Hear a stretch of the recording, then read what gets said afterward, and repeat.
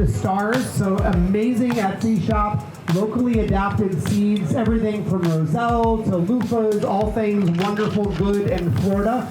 Is going to talk about how to start saving seeds. Some from perennial flowers, could be fruit trees, berry bushes, all the things. And then as soon as Kelly is done, we'll have a short break. And then we have Brian Lowe coming and talking about getting started with aquaponics. So this is Kelly from See the Stars. Okay, testing. That sounds good. Great. Welcome, everyone. Welcome, seed savers or new seed savers. Again, my name's Kelly, and our booth is over here behind the porta potties. So that's where we're at today. Ryan's over there manning the booth, but you can come check out us later, talk seeds, tell us about your gardens. We're happy to help. So today, I wanted to go over some tips and strategies that we have learned along our seed journey that would be really helpful to know when you start out. So this is an Intro 101 course, and the first thing we're going to talk about is who is saving seeds now. Raise your hand. We got 1. We got 2 and 3. We got 4. Okay. So seed saving, a lot of times when you are starting out, it seems very overwhelming. There's a lot of information online, in books. Everything seems like, I need this crazy degree to know what I'm doing. But remind yourselves that only 50 to 60 years ago, everyone was saving seeds, sharing seeds. We didn't have as many seed catalogs like we have now. It was a totally different ball game. And most of the crops that we have today that we are buying in the grocery store, those were started long ago from people who were illiterate, could not read. They were saving seeds by observation. They were picking things that tasted the best, did the best, grew those the following year. So think about that and realize that seed saving is something that we all can do, and it's all inside of us, right? So it's not as overwhelming as it may seem. But we're going to talk about some things that you may see on seed packets to figure out what this all means and where we can get started. So let's talk about, I have a little iPad back here guiding me. That's why I'm hiding back here. So the first thing is we're going to talk about the benefits and the disadvantages of seed saving. So any ideas of benefits? And you can shout them out, raise your hand. Any benefits from seed saving? You know what you're doing. Got an heirloom, keep it in the family. Right, so if you have something that was special to your family and you want to keep those genetics, saving the seed instead of allowing it to cross-pollinate, that is something really special that you want to keep in the family. That's really important. All right, someone else said something over here? Knowing what you're growing. You know what you grow, right? So sometimes you may buy something from a big box store or someone else and it's labeled one thing. You get home, you grow it out.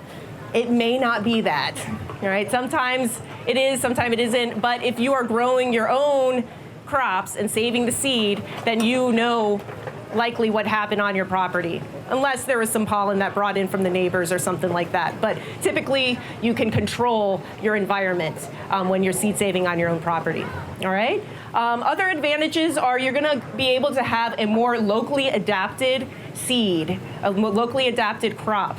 Just like if you think about dogs or other animals that we breed, some are hunters, right? Some are made to pull sleds, some are for the desert, some are for cold weather, all these different things. Seeds are the same, just like us, just like other animals, they're going to evolve and learn where they're growing. And that can happen in one season for seeds. So after one season of growing something in the Florida climate, those seeds, if you save them, are going to be better adapted to our growing conditions than if you're growing seeds from Oregon or something like that. Another benefit is the diversity.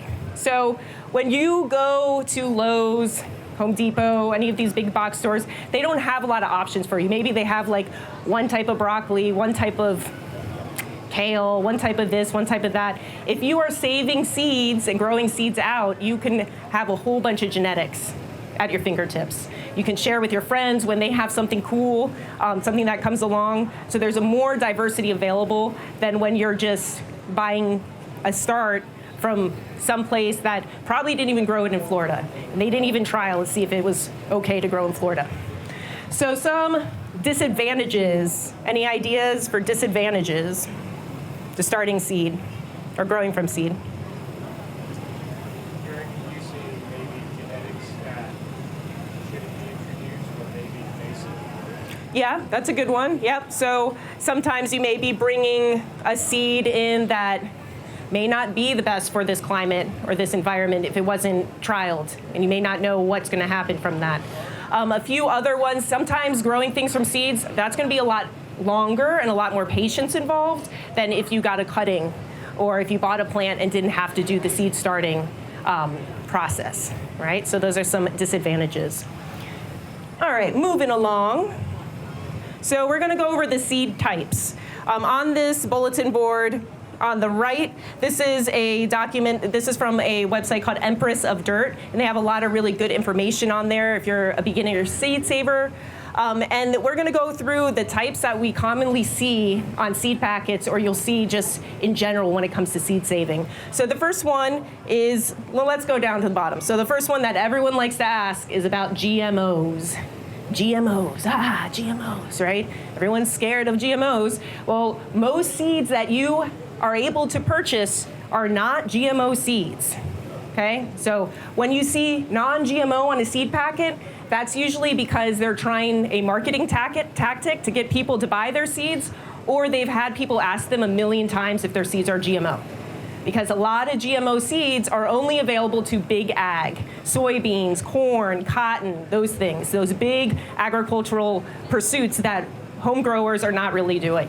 All right, so when you are looking for seeds, most seeds available, 90-something% I would say, are going to be non-GMOs. And most seed companies are not going to offer that to a common gardener. So we got GMOs out of the way. And again, GMO, let me go over that because sometimes people get confused.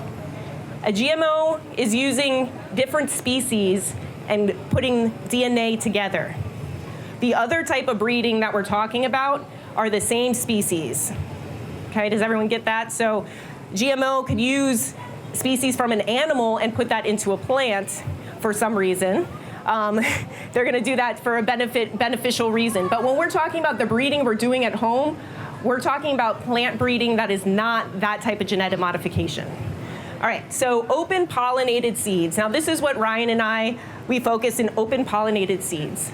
And open pollinated means that this plant, if it's allowed to grow in a field of all of its friends that are in the same species, but no other variety is being grown there. So let's say I'm growing a broccoli, right? I'm growing one variety of broccoli, and I'm just growing that one, no other broccoli around. That seed is going to be true to type. So after it gets pollen from its friends and it pollinates each other, then those seeds will be true to type, and when you grow it out the following year, it's going to be very similar to the parents. Very similar, not an identical clone, but very similar. Just like we were talking about dogs, if you had a dog breed and you bred two labs together, you're going to get something that looks like a lab, right? Now let's talk about heirlooms. So heirlooms, a lot of people want heirlooms, they're looking for heirlooms. Heirlooms are usually something from far away and long ago, all right? So a seed that was grown in Virginia that did really well in Virginia, and a grandma used that tomato to make her lasagna and passed it down cookbook to generation, that's an heirloom, okay?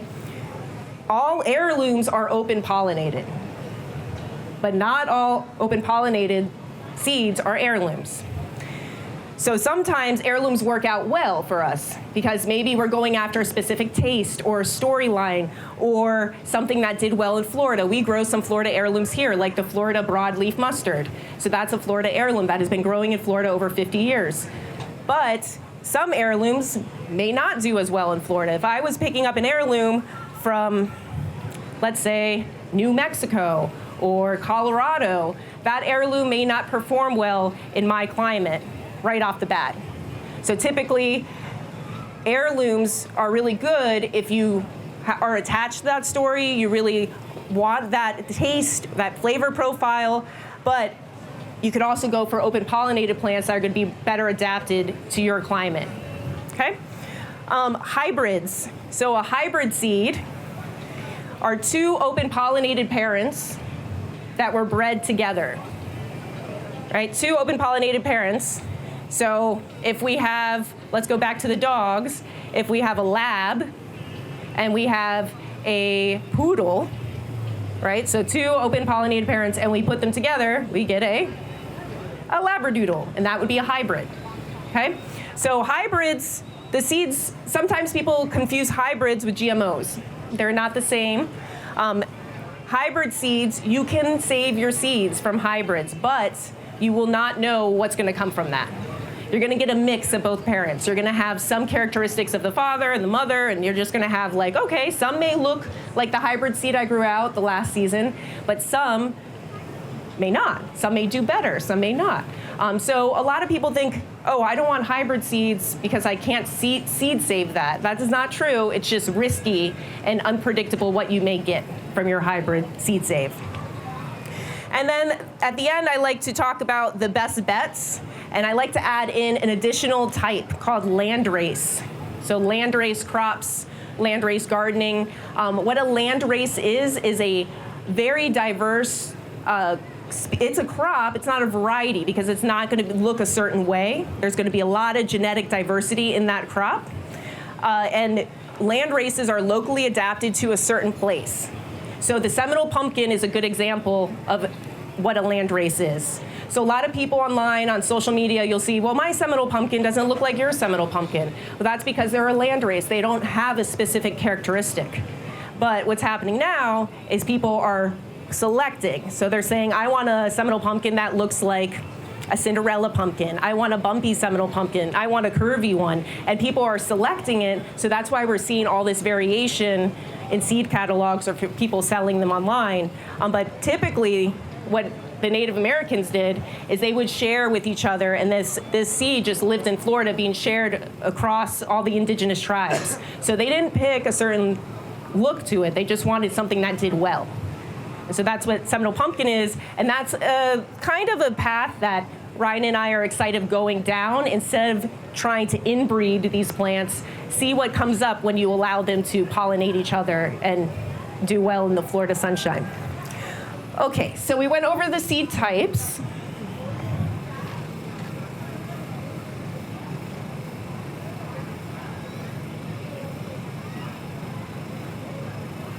And now we're going to talk about reproduction, because if you're seed saving, that's what it's all about.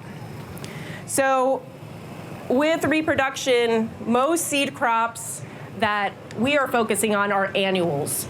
And annuals are crops that are going to live through one season, reproduce, and then die. Okay, so that's a lot of the commonly grown vegetable crops are annuals. A biennial, or other crops that they'll grow the first year, usually foliage or something's going on, they start forming, a lot of these are tubers, so they'll start forming tubers or something underneath that's a storage root, and then next year they'll produce seed. So we don't grow a lot of those, mostly because it takes 2 seasons, and a lot of those crops need a certain amount of time of cold to produce seed. So here in Florida, depending on our winter, we may not have that amount of time, and to dedicate a whole space to turnips or radish or something and maybe not get a great seed crop, for us is just not a viable option right now. Like maybe next year, we have more land now. But when you're starting out, annuals are gonna be the best bet to start with for seed saving. Something you can grow one season, let it go to seed, collect that seed, grow it out. And in Florida, we can do that twice with a lot of crops. In other states up north, they have a summer growing season. We have a fall and a spring for a lot of these, which is really awesome because you can get your seed crop and expand it and then grow it again later on in the year. Another thing we want to talk about is the pollination types. So we have self-pollinating crops, and then we have crossers or outbreeders. Oh, now I lost my thing. Here it is. Okay, so a self-pollinating crop has both plant parts, and they're close together. So they have the male and female parts close together, and that means that they can pollinate themselves. They don't need pollen from other plants. They do tend to like help from wind or insects. So tomatoes, peppers, beans, peas, all of these are self-pollinating crops. But you have to think of all this pollination on a spectrum. So just because something is self-pollinating doesn't mean it's going to pollinate itself if you have another variety of tomatoes right next to it. Okay? So everything's on the spectrum, and the same with the outcrossers, the ones that are who want pollen from other flowers, who don't have maybe the same plant parts on the same plant. Maybe some plants, they'll have, like if you've grown squash or cucumbers, they may have a female flower and they may have a male flower. Some plants, they'll just be a male and some will be a female, and you'll have to grow both. With trees, that happens a lot. You'll have to buy a female tree and a male tree for them to pollinate. But some of these, like a squash and a cucumber and things like that, the cucurbits especially, are kind of in the middle where you can self-pollinate them, or you can let them pollinate with each other. So it's kind of a spectrum of when you're looking at the pollination types, and we'll get further into that in a moment. So self-pollinating crops, they're gonna have relatively small amount of seeds compared to the outbreeders, right? And they're gonna have less pollen, and then the outbreeder's gonna have those big, beautiful flowers, usually something to entice insects to come in, and they're gonna have lots of pollen to share. So you'll notice that when you're growing them out. And then here's an example of a pepper flower. I know it's a dark picture, but the anthers and the stigma, the female-male parts, are very close together. And then here is a squash flower, okay? So that is just the male in that picture. And then the female flowers usually come a lot later when people are not patient.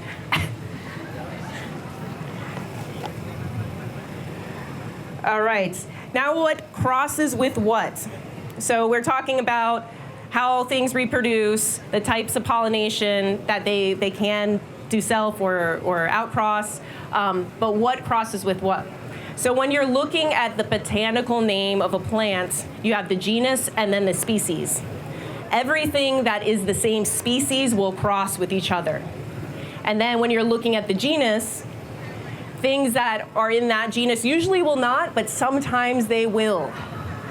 Right, so example would be Cucurbita pepo. Okay, so that one's gonna have your crookneck squash, your zucchinis, patty pans. Those all look different, but they will cross with each other. They're the same species. So even though they're different varieties and they look totally different, they will cross with each other. So if you're trying to save things true to type, you have to be aware of that. All right, so true to type. So if you wanted to keep your Black Beauty zucchini, a Black Beauty zucchini, but you were growing all these other types of species, the same species that will cross, you're gonna have to figure out how to keep that Black Beauty zucchini from crossing and receiving pollen from other plants. So what you can do is you do isolation. And you do isolation through time. So you time your plantings. So I do Black Beauty zucchini. I know how long that will take. And then I plant it out. Then I'll start my patty pans, so they won't flower at the same time. You can do distance. And we have a chart here that you can look up after here. And Seed Savers Exchange has a whole chart of the minimal isolation distance for all these crops. So you can do, for tomatoes, maybe 50 feet. But if you're doing cucurbits, it has to be maybe a mile. So if you don't have a mile, you can do barriers, all right? So a barrier, and I brought a small example, can be a net, right? Again, some of these plants self-pollinate, so they don't need bugs to go in there. So a pepper, we do this with our peppers, we bag our peppers. So we do a complete enclosure with ours, but if you have one plant and you want to save that weary pepper true to type, you're gonna bag your blossoms with this, not allow bugs to get in, and then you're gonna have a true to type weary pepper seed. Even if you're growing sweet peppers, bell peppers all around. So some type of barrier is very helpful.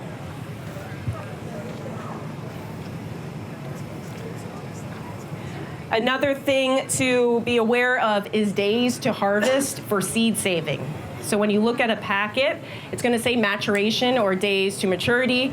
Typically that is for eating, right? So a radish may be 30 days, or a tomato is gonna be 80 to 120 days before you have a mature tomato fruit. For seed saving, it can go a lot longer. So the brassicas that we're growing right now, for eating, I can eat those baby greens and maybe after a month, but for seed saving, to get mature seed, it takes 4 to 6 months. Okay, so you have to know how long it's going to take to go to seed so you can plan out your garden space so you're not like, all this bok choy, I'm waiting for it to go to flower, but I want to put my tomatoes in. So there's kind of a little bit of time to think about of what seed crops you're saving, how much you want to save, and how much dedication do you have in your garden for that project. Okay, and then we're getting into quickly the two types of seed saving that usually you're going to use most are dry seed saving or wet seed saving. So dry seed saving is something that is dry, right? Brittle, dry. It doesn't have a lot of moisture. A lot of your legumes, lettuce, brassicas, these are dry seed saving. You're going to harvest when it's fully mature or when the color starts to change. And with legumes, it's going to be a little leathery. So you could harvest a little earlier. You don't have to wait till they're super dry. There's a lot of tricks to it. You're going to pick it dry. You're going to let it dry out. You're going to thresh it. So break these open, stomp on them. One thing I brought to show you. Pillowcases are really great. You can fill your beans in a pillowcase and smash them on the ground. And then your beans are going to be free from their pods. You can stomp on it, dance on it. You can drive a car over it. Right? So lots of ways to thresh a dry seed. After you thresh it, you're going to want to winnow. And after this, we can look at what winnowing is. But basically, I have at the bottom, I have my seed and then a lot of chaff. So little bits of seeds still there and plant parts that I want to remove from the seed. And winnowing is using air to remove that. So you can use your breath, blowing away the chaff. The seed is heavier. It will stay lower. You can use fans. There's a lot of ways to winnow. So that's dry seed saving. And then wet seed saving, usually your cucurbits, your tomatoes, these are going to be your wet seed saves. What you want to do is make sure when you're cleaning these, you remove all of the flesh from the seed and you dry it really well. And it does help to ferment. Even pumpkins, squash, fermentation does help break down all of the flesh on the outside and the germination inhibitors. Tomatoes, it's really important to ferment as well. So some people will squeeze their tomatoes onto a paper towel, and that works if you're growing them out quickly, but for a long-term storage, seed storage, you want to ferment your tomatoes, and then you clean the pulp, the yucky pulp, away from the tomatoes using water. So there's a water winnow method for that.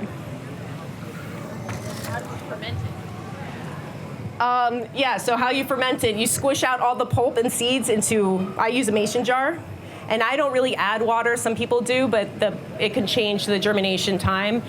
You let it sit for usually 3 days. You don't want to go more than like 4 or 5. And you can mix it around. It makes like a little SCOBY, like a kombucha SCOBY on the top. And then you add water, and then you pour it off, all the gunk. The seeds will be at the bottom. Add water, pour it off. Yeah.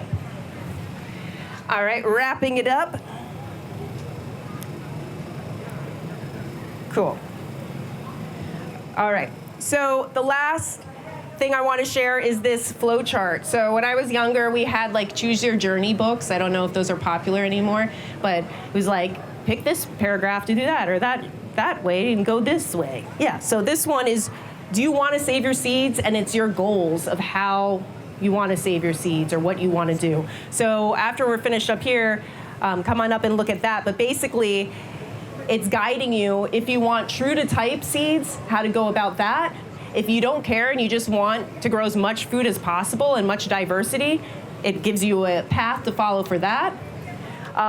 Or if you're like, I don't care about seeds, I just want disease resistance or pest resistance, it doesn't really matter if you're saving the seed, you can just get a hybrid that does well. Like hybrids are important in Florida, especially when we have a lot of fungal diseases and things. So that is a good source that we'll look at. And then the last thing I wanted to share is the best bets for beginners. So beginner seed savers. Here's a list of seeds to start with. Beans, peas, lettuce, eggplant, peppers, tomatoes, cilantro, dill, sunflowers, and marigolds. That's for beginners. And then to wrap it up, we can talk more about this. If you want to come up, I can go over that. I have the Seed Savers Guide. If you want to take a look at this is also on their website. And then at the bottom of the Seeds 101, I have some resources, including some websites and some books that I would recommend for intro seed saving. Thank you so much, Kelly.